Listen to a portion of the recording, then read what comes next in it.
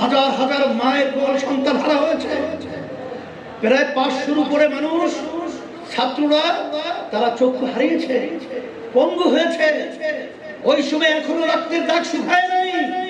আর ওই সময় এই দেশের মধ্যে কিছু ডাকাতরা, কিছু চাঁদাবাজরা তখন ডাকাতির জন্য, চাঁদাবাজির জন্য রাস্তায় নেমে ঘাট দখল করেছে, স্টেশন দখল করেছে।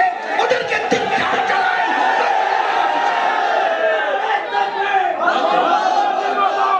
এই হলো ইসলাম, এই হলো ইসলাম।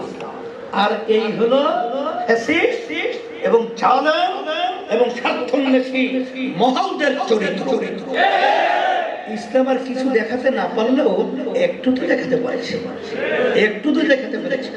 কথা ঠিক না বেঠে? এরপরে এখন আবার দেখেন যে 5ই আগস্ট পরবর্তীতে এই সরকার তো নড়বড়ে, কারণ 15.5 বছর ফ্যাসিস্ট এমন কোন জায়গা আছে যেই জায়গায় ওদের দলীয়করণ করে নাই, ওদের গুন্ডাদেরকে বসায় নাই, এরকম কোনো জায়গা আছে?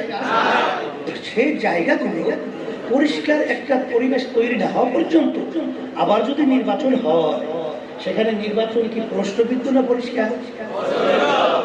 এই যারা নাকি নির্বাচন জন্য পাগল হয়েছেন তাদেরকে প্রশ্ন রাখতে চাই, আপনারা নির্বাচন চান, ক্ষমতায় যাবেন, ক্ষমতায় যাওয়ার পরে কি করবেন? সিগন্যাল তো আগেই দিয়ে দিয়েছে। সারা দেশের ভিতরে কারা লুট করছে, কারা চাঁদাবাজি করছে, কারা ঘাট দখল করছে, কারা স্টেশন দখল করছে, কারা বিভিন্ন কায়দায় কায়দায় অশান্তি তৈরি করছে, এটা আমরা বাংলাদেশের মানুষ দেখতেছি, দেখছি।